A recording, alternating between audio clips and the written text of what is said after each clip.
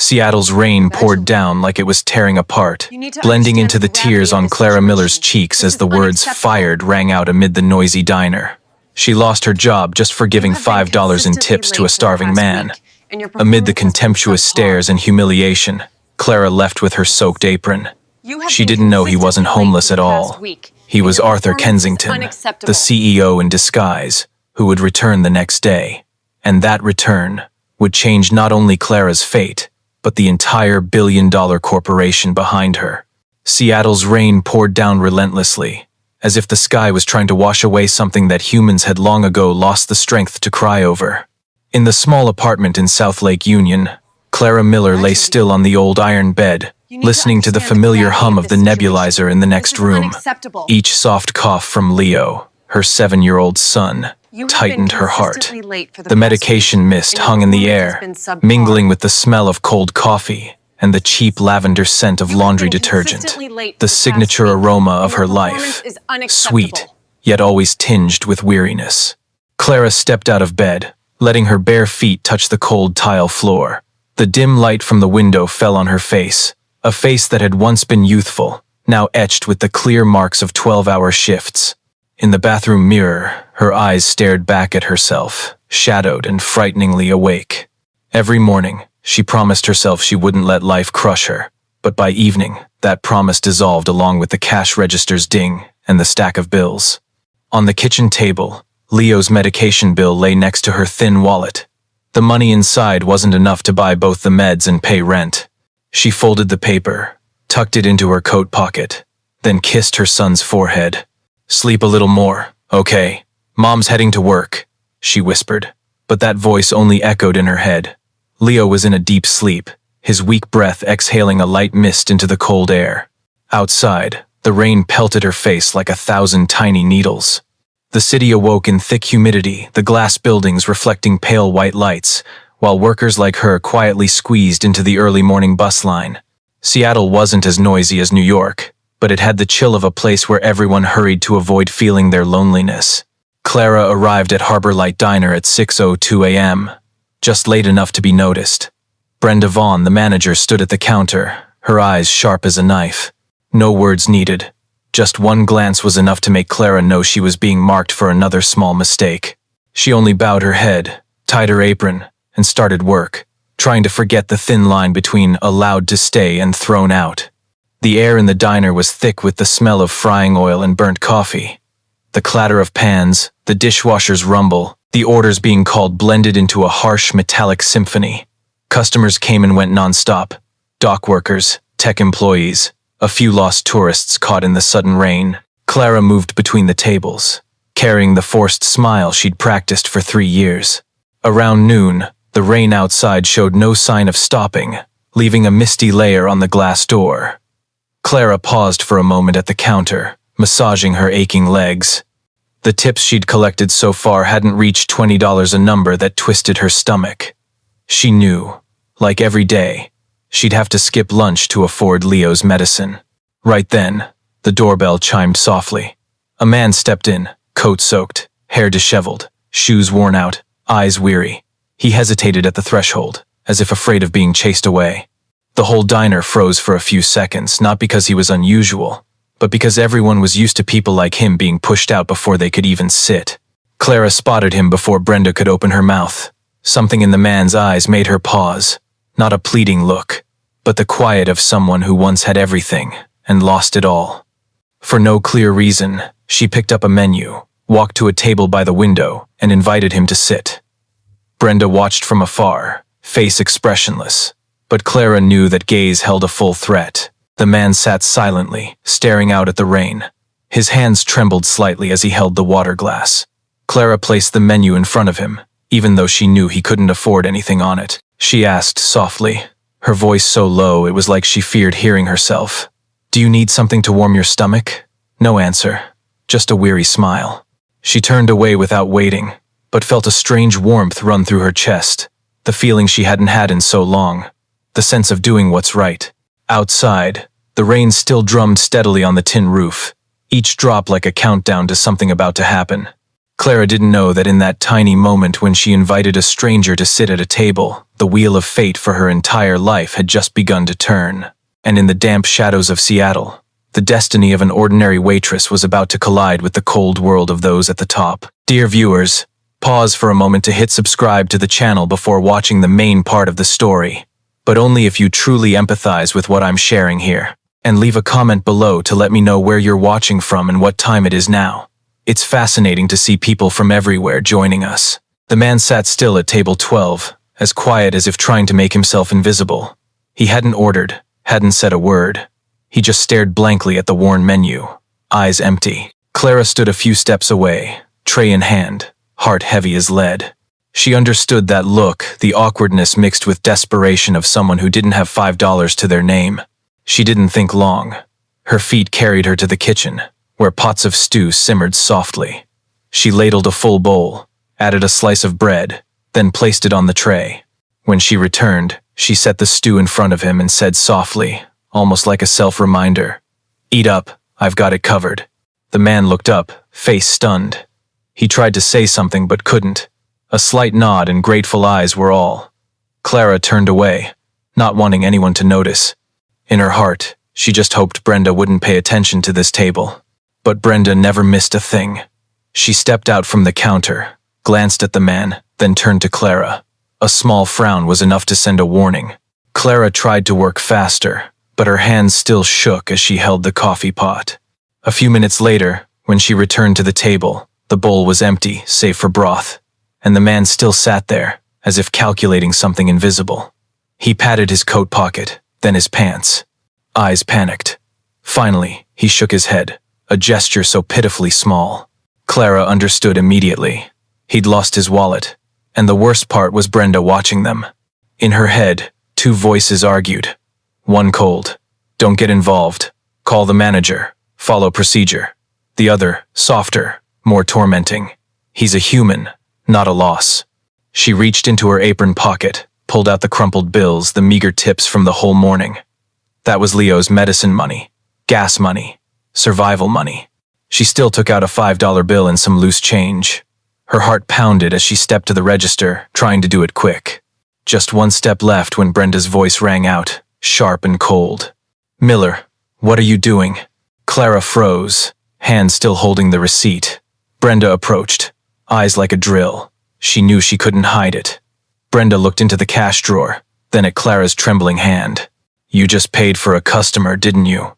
No one in the diner spoke. Plates stopped clinking against dishes. The cook peeked out from the kitchen, and nearby customers sneaked glances. The air thickened. Clara said nothing. She just clutched the money, swallowing hard. But Brenda extended her hand, straight and firm. "Hand it over." Clara opened her palm. The tips fell out, crumpled, sweat damp. A small clink of a spoon somewhere rang out, then silence. Brenda looked straight at her, voice even and cold like reading company policy. "You've just violated Policy 7B, subsection 4. Employees are not allowed to use personal funds to pay for customers. No exceptions." The words echoed through the diner, clear and rigid as a verdict. Clara felt her body go rigid. Her lips moved, wanting to say it was just $5. But that $5 had now become a sin. The man at table 12 stood up, face panicked, about to say something. Clara shook her head slightly, begging him to stay silent. She knew if he intervened, things would only get worse. Brenda looked around, her voice louder, as if for everyone to hear. "Who do you think you are to decide company rules? Here, kindness isn't in the employment contract." Clara heard something shatter inside. Not pride, but the belief that if she just lived kindly, things would be okay. Now she understood. In this world, kindness wasn't allowed if it didn't bring profit. Brenda ended with a final decisive slash. "You're suspended immediately. After this shift, you're no longer an employee of Harbor Light Diner." No one said another word. Clara untied her apron, placed it on the counter, hands wet and cold. The man bowed his head, shoulders hunched in despair. In that silence, Clara realized it was all over. Not for a mistake, but because she dared choose compassion over rules. And that alone was enough for this world to punish her harshly. All right, dear viewers of mine, If you're watching and find this story interesting, comment number 1, or I'm still here to keep listening, okay? Clara couldn't remember how she left the diner. Everything happened in a thick buzz, as if the world had suddenly sunk underwater. People looked at her, some pitying glances, some cold sneers, and she only saw a faint light at the door, drifting farther away. Her hands still bore the mark of the apron string Brenda had yanked off, stinging like a burn. When the door closed, the only sound left in her head was her own voice, empty, trembling, unable to comprehend what had just happened. Her feet carried her aimlessly through the damp, cold streets. The manager's name, the company's, every rule she'd read hundreds of times repeated in her head like an accusation. She knew, on paper, they'd call it financial procedure violation. But in her heart, it was just one moment where she chose to be human instead of a machine. And so, she was erased from the system neatly, cleanly, without a trace. Back home, her shoes were heavy. Everything was quiet. The small apartment hadn't changed from morning, except the person in it wasn't the same anymore. She sat in the chair, eyes vacant, staring into the empty space in the room. A drop of water from her hair fell onto her hand, ice cold. She smiled faintly, a smile thin as thread. Wasn't everything still the same? Just that she had no job, no money, no way to pay Leo's medicine bills. But she still had her son. She still had breath. She still had responsibility. She stood up, went to the small bedroom where Leo slept soundly. Her son's face was so peacefully pitiful. Lips slightly parted, chest rising and falling gently. She sat by the bed, stroked his sweat-damp hair lightly. In that moment, everything in the world shrank to one point: the warmth of the boy. The only reason she kept going. She thought of David. 5 years ago, he'd come home with a face like that, empty, exhausted, shattered. He'd said he was fired. Back then, Clara was younger, didn't fully understand what that meant. He'd lost everything for a birthday cake given to a poor coworker. A small gesture, an act of kindness, and his whole life fell freely.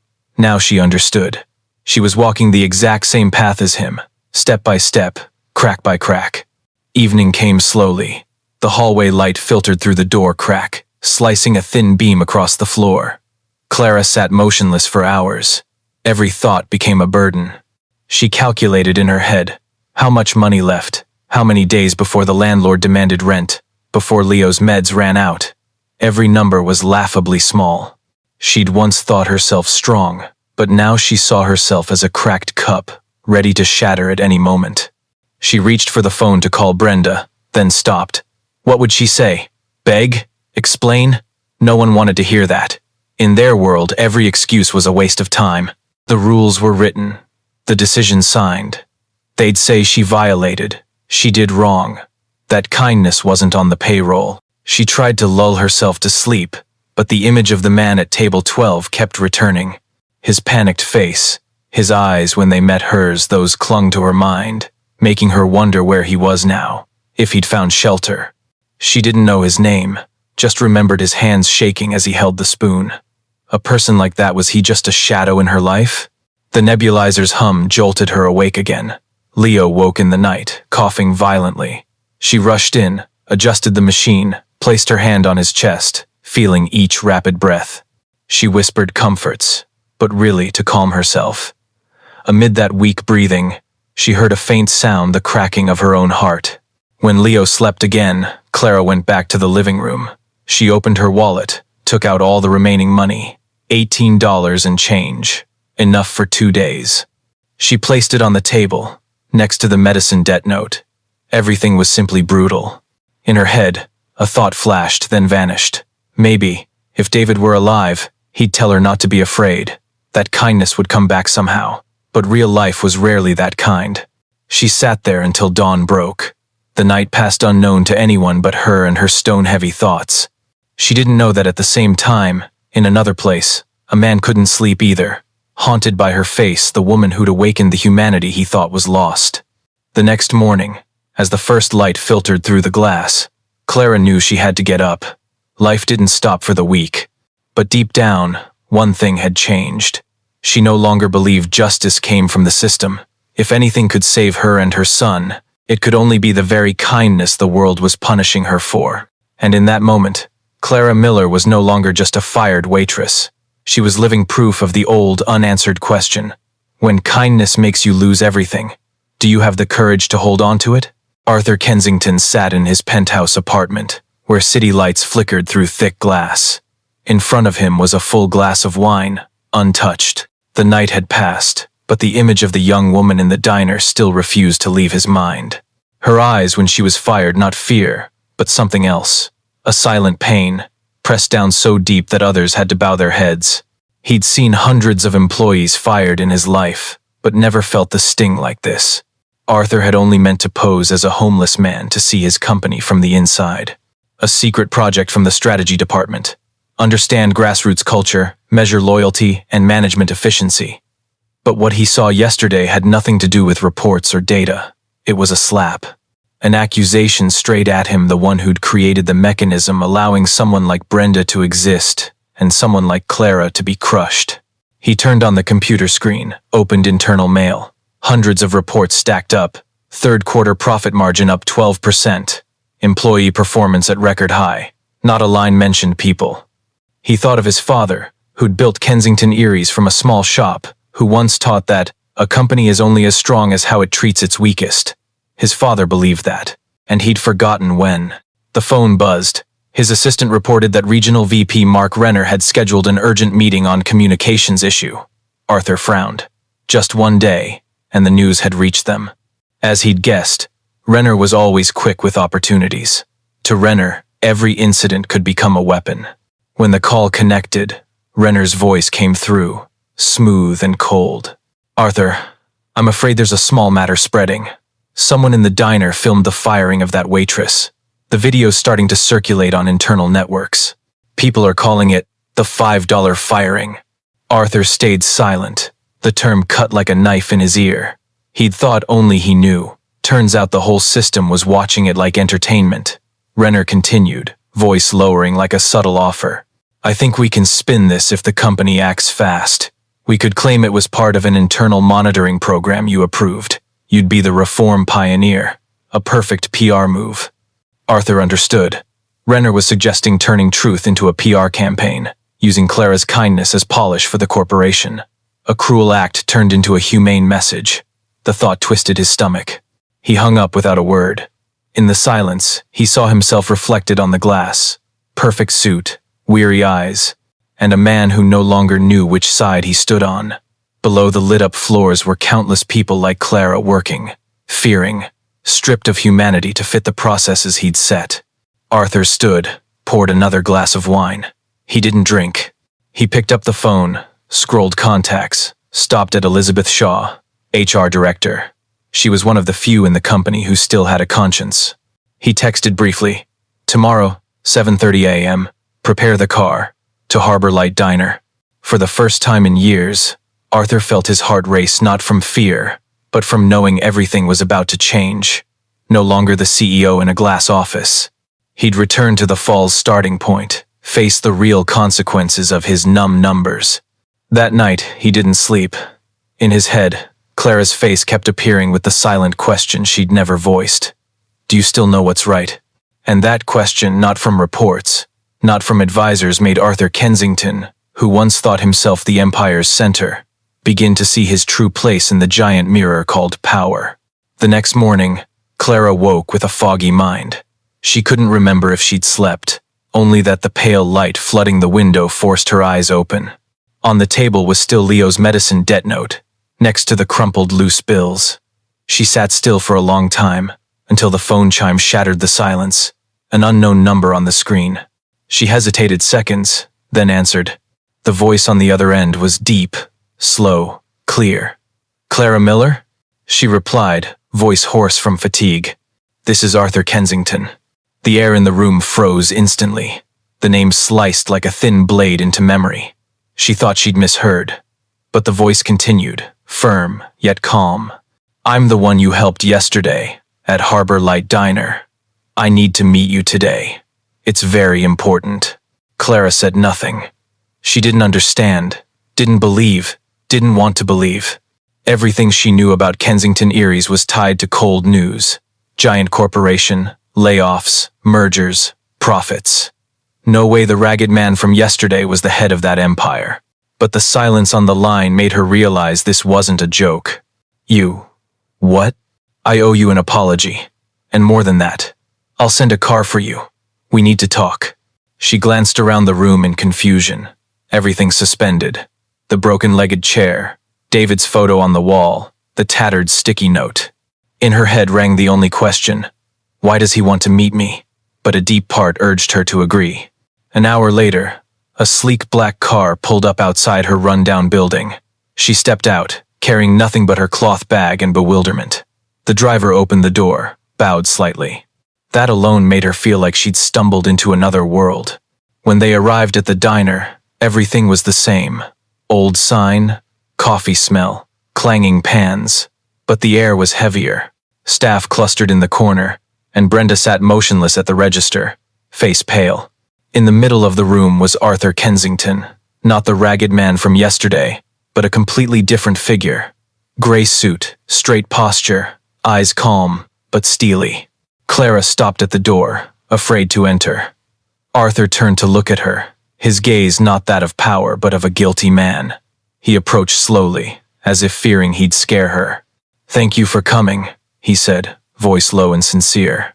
"I don't expect you to believe me, but I have to say this face to face." She didn't respond. He continued, "I'm the head of Kensington Eries. I witnessed everything that happened to you. I should have intervened, but I didn't. And for that, I'm the one most at fault." Clara stood still, hands clutching her bag tightly. Everything was too sudden. She looked around, her old co-workers frozen, Brenda avoiding eyes. Arthur went on, slower. "You were punished for a kind act, and that's the clearest proof this company has gone wrong. I'm here to fix that mistake, starting with you." He gestured to his companion, a middle-aged woman with a stern yet kind face. "This is Elizabeth Shaw, HR Director. She'll record statements from everyone. Everything will be transparent." The air in the diner was thick enough to cut with a knife. Brenda bowed her head, hands clasped. Arthur turned to her, eyes no longer angry but disappointed. "I've reviewed all your operational data," he said, voice even. "High efficiency, increased profits, but your employee turnover rate is the highest in the region. You manage with fear, not people." Brenda trembled. No one spoke. She opened her mouth, but Arthur raised a hand to stop her. "You're not the only cause. The system created you, and I allowed that system to exist." His words hung slow and heavy. Everyone was silent, even Clara. For the first time in her life, she saw a powerful person truly admit fault. No excuses, no blame. Just a simple acknowledgement, enough to hush the whole room. Arthur looked straight at her. "Clara, I want you back. Not as a waitress. I want you to help me change how this company operates. But before I say more, I need to ask, are you willing to hear me out?" The question floated in the air, quiet yet heavy. Clara didn't answer right away. Part of her still didn't believe. Another wanted to believe things could be different. Her hands shook, not from fear, but from a hunch that this moment would decide the rest of her life. Arthur waited in silence, his blue eyes fixed on her, holding no command, only a plea. For a flash, Clara heard her heart beating, clear, slow, real. "Are you still here, dear viewers? Pause to relax a bit, maybe grab a glass of water, then listen to the exciting content ahead, okay? Comment number 1 if you find this story interesting. Don't forget to hit subscribe to the channel." Clara sat across from Arthur in the diner where she'd lost everything over a bowl of stew. Between them, no more noise, no more judging customer stares. Just two people, one crushed by the system, and one who'd unwittingly created it. Arthur looked at her long before speaking. His voice was low, restrained, as if each word was an atonement. "Last night, I read your file. I recognized a familiar name, David Miller." At the name, Clara froze. She looked at him, eyes shifting from wary to deep pain. "You knew my husband?" Arthur nodded slightly. He was head chef at Kensington Grill, fired 5 years ago for giving a birthday cake to a poor employee. The air between them thickened. Clara clenched her hands. In that moment, old memories flooded back. The evening David came home, face dazed, hands still dusted with flour. He'd been fired for a small cake. The system that crushed him had now destroyed her too. Arthur continued, eyes down. I was CEO when it happened. When I heard the report, I signed off on the firing. I didn't remember him then, just saw it as a number in a loss control sheet. And last night, reading the file again, I realized I was the one who indirectly shattered your family. That confession fell heavy as stone. Clara looked at the man before her, no longer seeing the CEO of a billion-dollar empire, but a human, weak, ashamed, bare. She said nothing. Tears welled up, not from anger, but because finally, someone had said, sorry. Arthur lifted his head, voice trembling slightly but clear. I can't bring David back, but I can ensure his story, yours, won't be buried in silence. I want to rebuild this company from the foundation, starting with compassion, and I want you to help me do that. Clara looked at him, eyes wide. Me, I'm just a waitress. Arthur shook his head. No, you're the one this whole system forgot. That's why you understand it better than anyone. I need someone like you, someone who dares choose what's right even when it costs. She was silent. In her head echoed David's voice. You always have to feed the hungry, Clara. No questions asked. That saying once made her laugh. Now it was his legacy. She realized her small act hadn't just saved a stranger. It had unwittingly awakened something dead in Arthur Kensington's heart. Arthur placed a folder of documents in front of her. I've approved a new department, Kensington Cares Initiative. Its mission is to ensure no one in this system is punished for kindness anymore. I want you to lead it. Clara shook her head reflexively. I've never managed anything. I don't know how to run things. You don't need to know how, Arthur said softly. You just need to hold on to what makes you different, your heart. The room fell silent. Their eyes met, and in that moment, both understood. This wasn't just a job offer. It was a chance to mend for him, for her, and for all those swallowed by this system. Clara took a deep breath. The years of fatigue, fear of poverty, sleepless nights for her son all wove together, pulling her to reality. She knew if she accepted, her life wouldn't be the same. She'd have to face those who'd trampled her. But if she refused, all that pain would mean nothing. Finally, she said softly, voice light but steady, okay, I'll do it. But only if we really change, not for ads, not for show. I want to see real difference.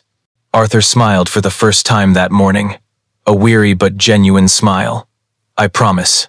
Outside, the diner staff still stood silent, witnessing a moment they didn't fully grasp, but felt its weight. Brenda looked down, silent. Perhaps in her too, a new awareness was sparking that rules weren't always right, and some things mattered more than profit numbers. Clara stood up, her steps firmer than ever. She was no longer the waitress humiliated before the whole diner, but the first to lay the foundation for change. A small act of kindness had made the whole corporation bow, and in that chaos, she found what she'd long thought lost: faith in people. A few days after the diner meeting, the story of the waitress fired for kindness spread across social media. From small forums to morning news, images of Clara standing silent with apron in hand were shared millions of times. People called her the $5 waitress. And in Kensington Erie's headquarters, the gleaming glass doors began to shake, not from wind, but because truth had slipped control. Clara didn't want fame, but the media didn't care. News channels, blogs, radio stations raced to retell the story, embellish, sensationalize, turning her into a symbol of kindness in a cold era. Arthur became the target of criticism, hypocrite CEO, leader without humanity. And behind it all, another person quietly exploited the storm. Mark Renner, regional VP, who always smiled in every situation, was now plotting. He knew Arthur was weak from emotion, guilt, the newly awakened compassion, and nothing was easier to exploit than someone trying to do right. Mark leaked internal documents, cleverly making the press believe Arthur's reforms were just PR stunts. That Clara Miller wasn't a hero, but a pawn propped up to polish the corporation's image. Overnight, malicious headlines appeared. Clara, the naive waitress, or perfect PR tool. Arthur read them in his office, eyes weary. Elizabeth Shaw entered, placed the phone on the desk. You should issue an official statement, she said. If not, they'll kill her story before she can save it herself. Arthur nodded, but in his mind, another thought formed. Only Clara could speak the truth. That afternoon, he called her, his voice hoarse, soft, as if afraid to touch something fragile. "Clara, they're twisting the story. They're saying you're my tool. I can't protect you with my words anymore, only you can do that." Clara was silent. She knew if she spoke out, the world would stare at her. But if silent, they'd win those who always turned kindness into gimmicks. She thought of Leo, David, the years crushed by those who believed rules mattered more than people. And then she said, "I'll speak, but I'll speak my way." 3 days later, the press conference was held in the headquarters auditorium. Hundreds of cameras pointed at the stage. Arthur sat in the front row, Elizabeth beside him, while Mark Renner stood in the back, a faint smile on his lips. Clara stepped to the podium in a simple white blouse. The lights hit her face, calm yet resolute. No script, no prepared speech, just truth. "I'm not a hero," she said, voice light but resonant. "I just did what any of us should help a hungry person. But what scares me isn't the firing. It's kindness being treated as a crime." She paused, breathed deep. The room was deathly quiet. "Arthur Kensington wasn't wrong to apologize to me. But if we stop at apologies, nothing changes. Kensington Eries must learn to put people before profits. I'll be here, with them, to make sure it happens." Cameras flashed non-stop. Below, Arthur looked at her with grateful eyes. In the room's corner, Mark Renner's smile faded. He hadn't expected her not just to speak for Arthur, but to reclaim full control for herself. The conference ended. Social media exploded. But this time, no one called her a PR tool anymore. They called her the woman who spoke the truth. That evening, Arthur visited her small apartment in East Brooklyn. He didn't say much, just handed her a new folder. "This is the official appointment," he said. "And this is health insurance for Leo, I promised." Clara took it, no thanks spoken.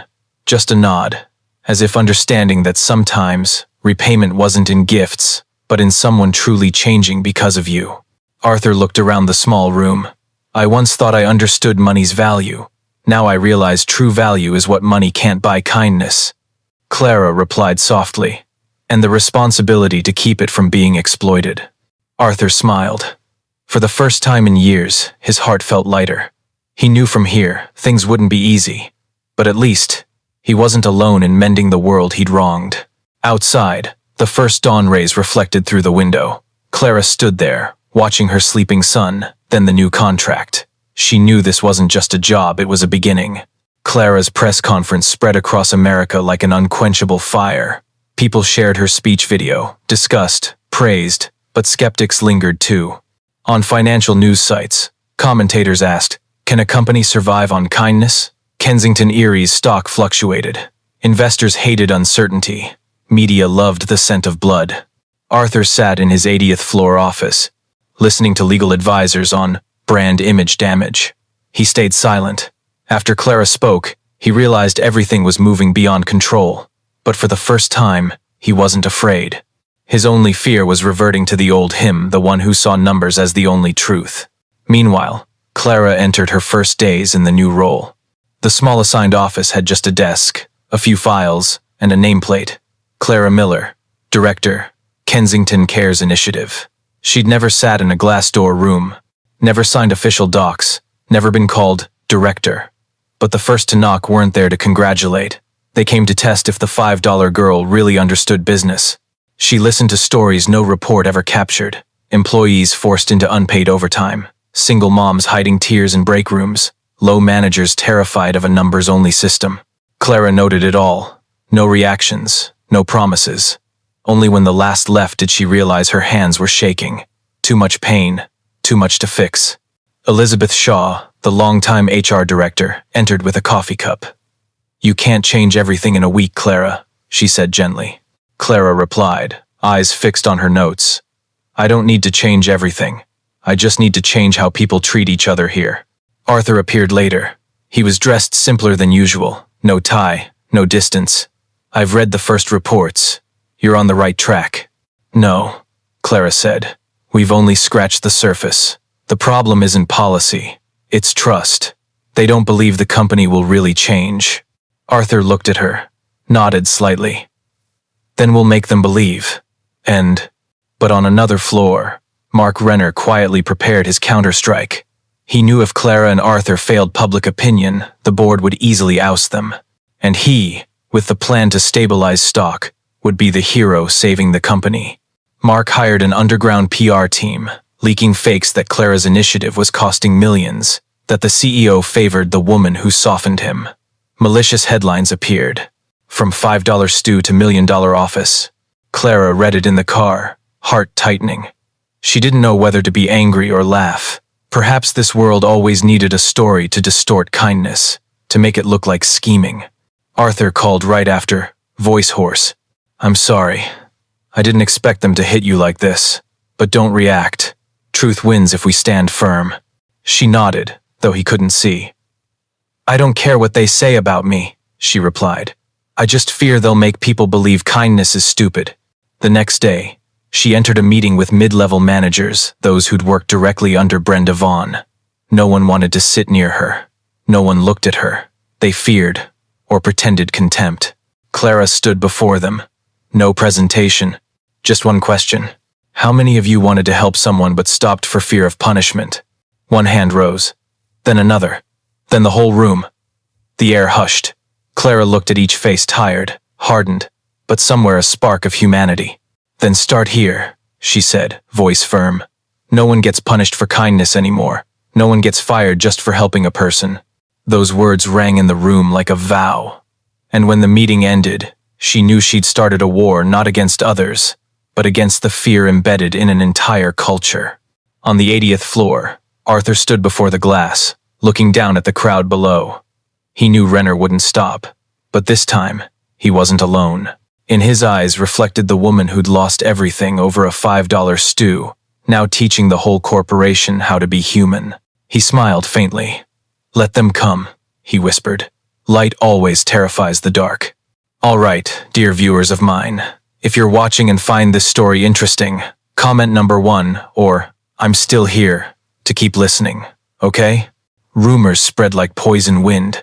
In just days, Clara Miller's name appeared on every front page. No longer a kindness symbol, but a suspected pawn. Articles dug into salary, contract, new position. Some said she was a PR stunt to save Kensington Erie's image. Others claimed Arthur shielded her. In the media world, there was no truth, only what people wanted to believe. Clara read those lines alone in her small office, window light on her tired face. She no longer felt anger. Everything had long outgrown her scope. The only thing bothering her was the staff glances as they passed wary, half-believing. She'd been one of them, so she understood. In a world where everyone feared job loss, trust was the ultimate luxury. Arthur fared no better. Meetings piled up, shareholders pressured, board cold. They demanded he fire Clara to stabilize image. He listened to each word, took notes, then just silence. After years in glass walls, for the first time he felt trapped in what he'd built. At the same time, Mark Renner struck his final blow. An anonymous audio leaked, with spliced clips of Arthur's voice sounding like he admitted, staging Clara's incident for public favor. News exploded. TV replayed every word, twisted, headlined. Public swung, stock plunged. Kensington Erie's sank in crisis. That night, Arthur alone in his office. Outside, rain hammered the glass, hazy like the city's breath. He looked in the mirror, saw his reflection not the confident leader's face, but weary and empty. He remembered Clara's eyes, the $5 stew, how she stood tall in the crowd, needing no defense. A woman like that couldn't be a tool. He knew that. But did the world still care for truth? Meanwhile, Clara got a call from a former reporter who'd followed the case. He said there was evidence Mark was behind the smear campaign. Leaked docs, fake audio all traced to his office. Clara went silent. She had no power, no tools. But she had what Mark didn't, the trust of those forgotten by the system. She started reaching out to diner staff, those pressured by Brenda or Mark. One by one, small stories gathered unreasonable long shifts, altered reports, threatening emails from internals. Pieces fit. She didn't know if it was courage or recklessness, only that silence would let everything she believed vanish forever. 3 days later, Clara entered Kensington Tower with a thick folder. Arthur waited in his office, face haggard. She placed the file before him, voice calm. "I think you should see this. No more needed." Arthur opened it, And in every page, every statement, truth sharpened like a blade. Mark Renner wasn't just behind the media. He'd colluded with shareholders to seize control. Arthur sat silent a long time. He knew publicizing this would shake the corporation, but this time, no fear. He looked up, eyes more resolute than ever. "Thank you, Clara. I owe you once more." She shook her head. "No one owes anyone. This is just what's right." That afternoon, Arthur called the full board. The meeting lasted over 3 hours. No one knew exactly what was said, but next morning, Kensington Erie's issued an official statement. Mark Renner suspended, full investigation launched, company to restructure all management processes. Press exploded again, but differently. Clara skipped all interviews. She chose silence. She understood true victory wasn't a claim.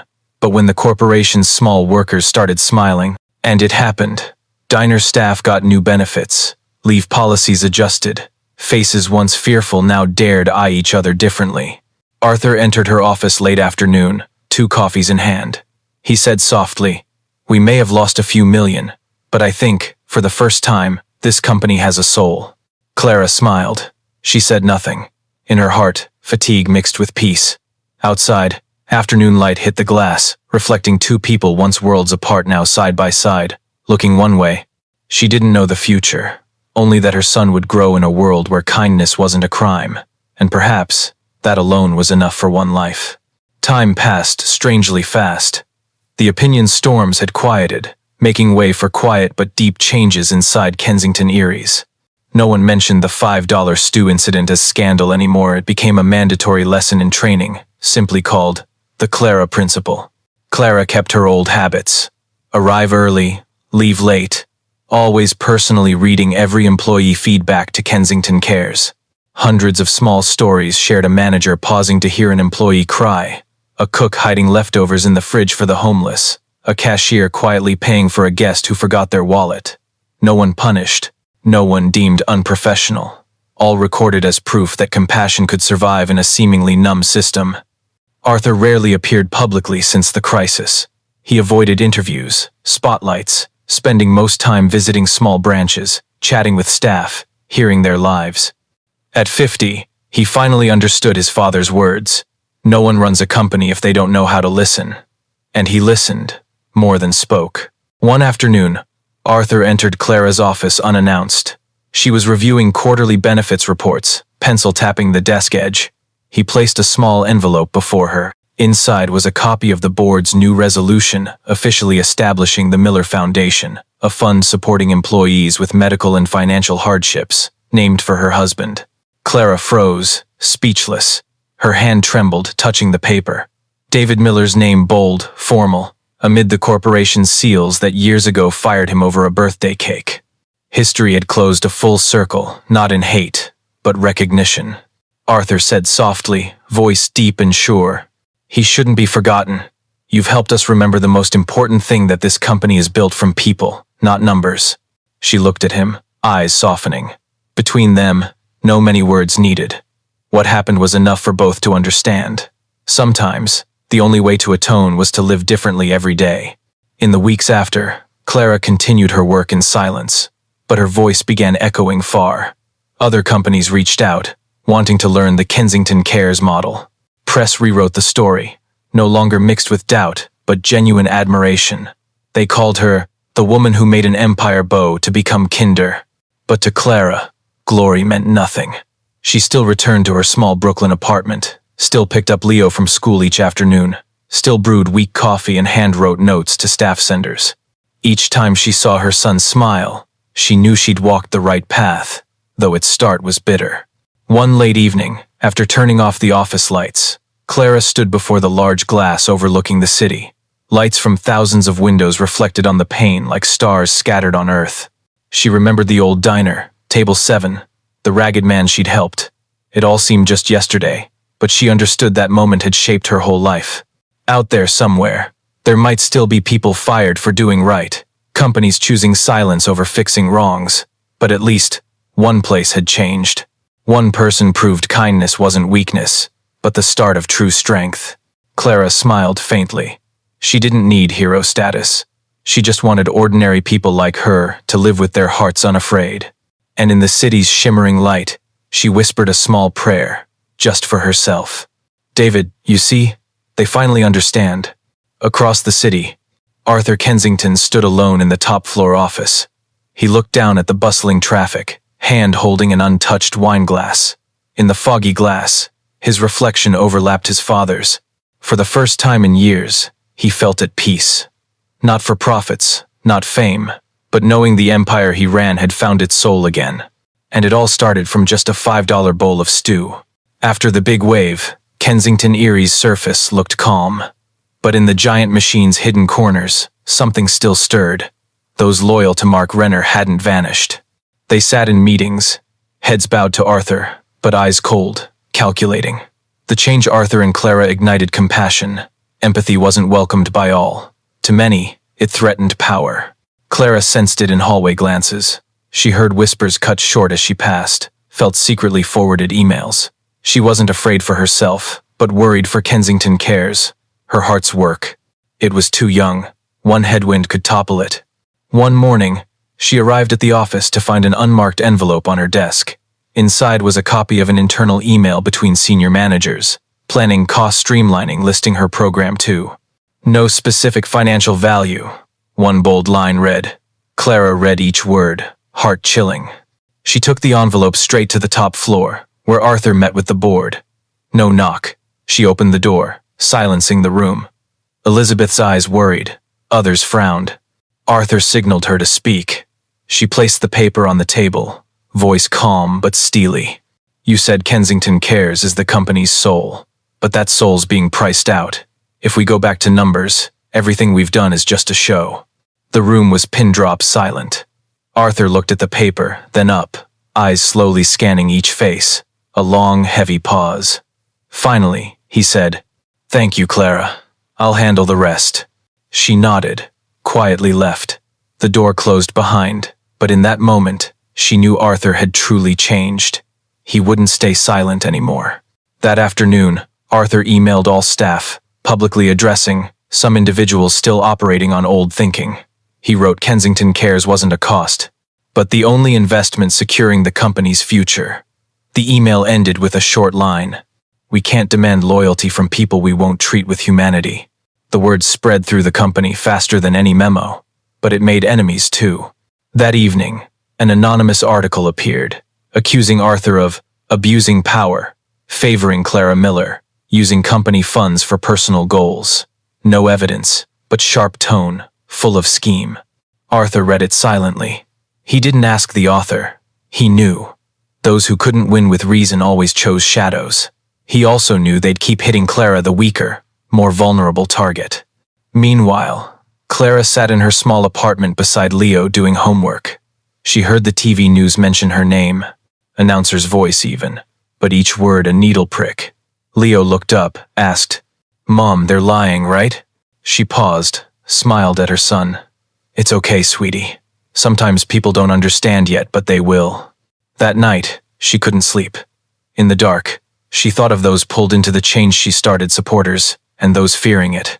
She realized kindness wasn't just action, but power making others examine themselves. And that, for many, was terrifying. Next morning, entering the building, she saw something odd. In the main lobby, a new sign stood. Empathy is efficiency. Below, smaller text. A.K. Arthur said nothing, but Clara understood. It was a silent reply to the faceless, and a reminder to them. True change only starts when people dare stand still in the storm's heart.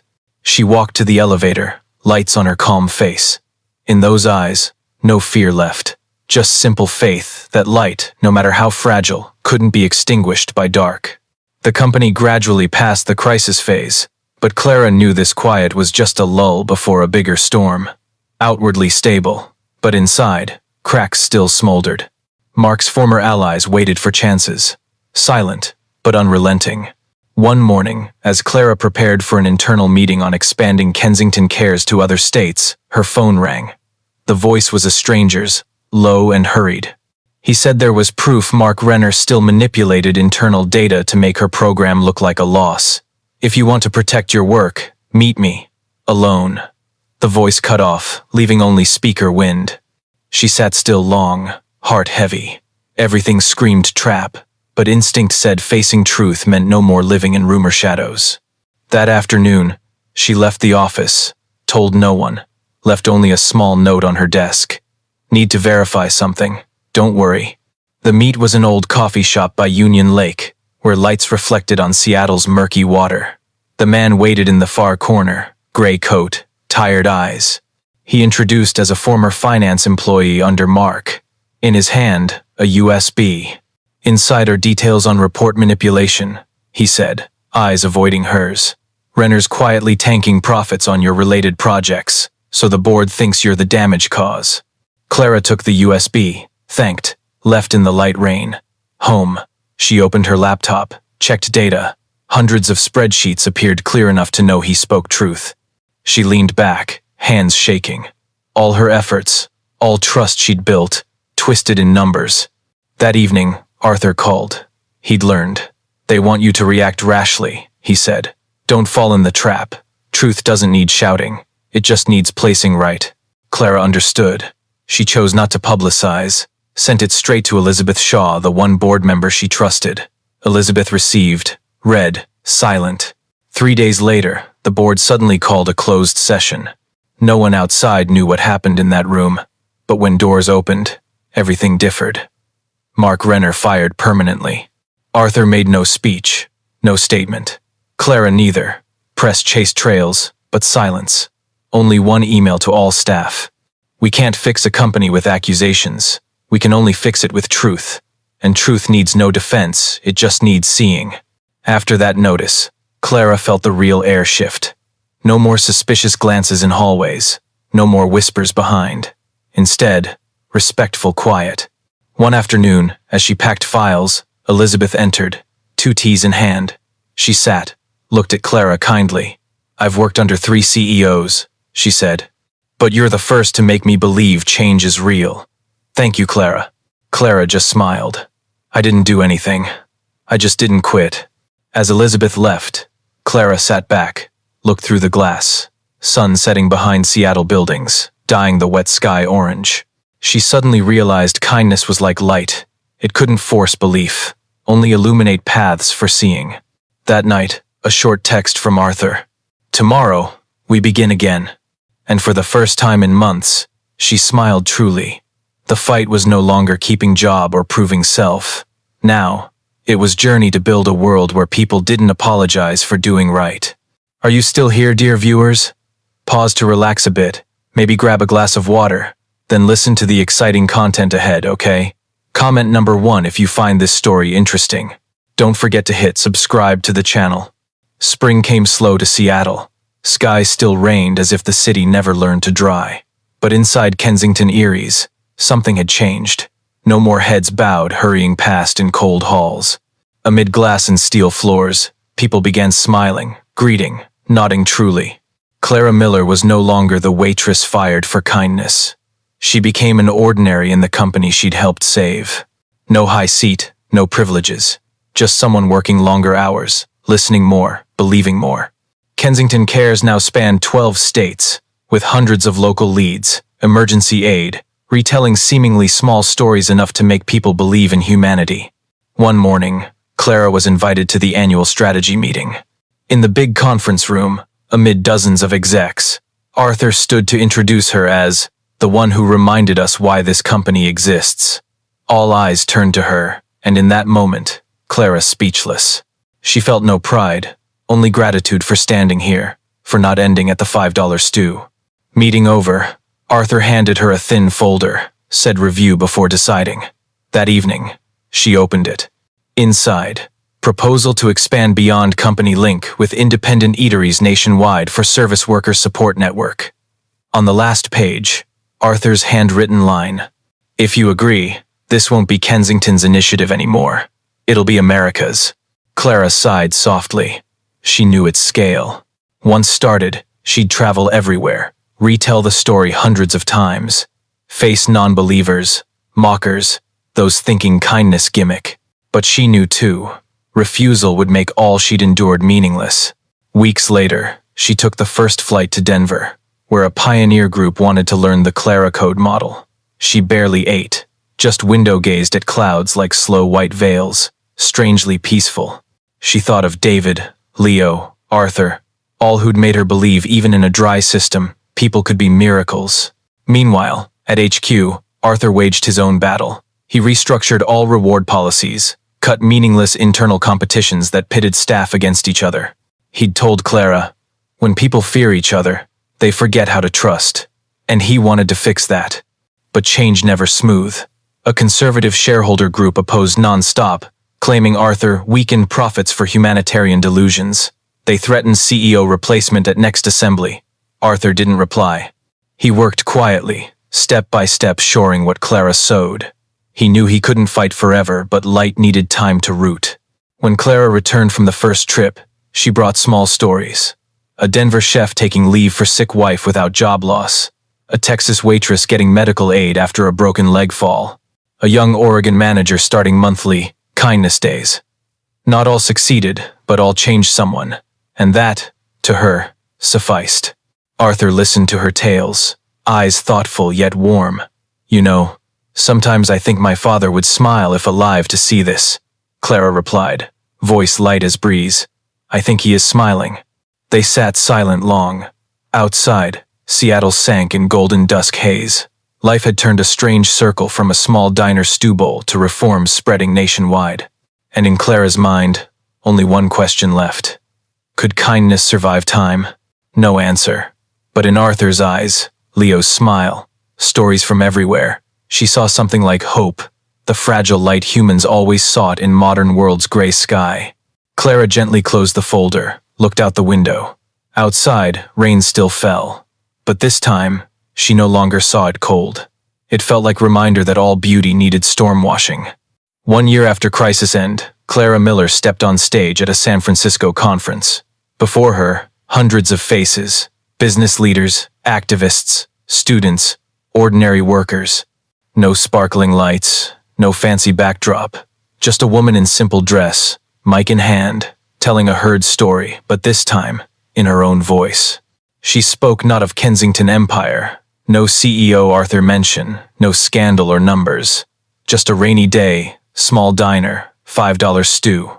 She told of the ragged-clothed man, co-workers' gazes as she was fired, the everything lost feeling for doing right. She told gently, no dramatics, no rallying. But each word pierced listeners' heart ice like needles. When she stopped, room silent. A rare silence, not awkward, but moved.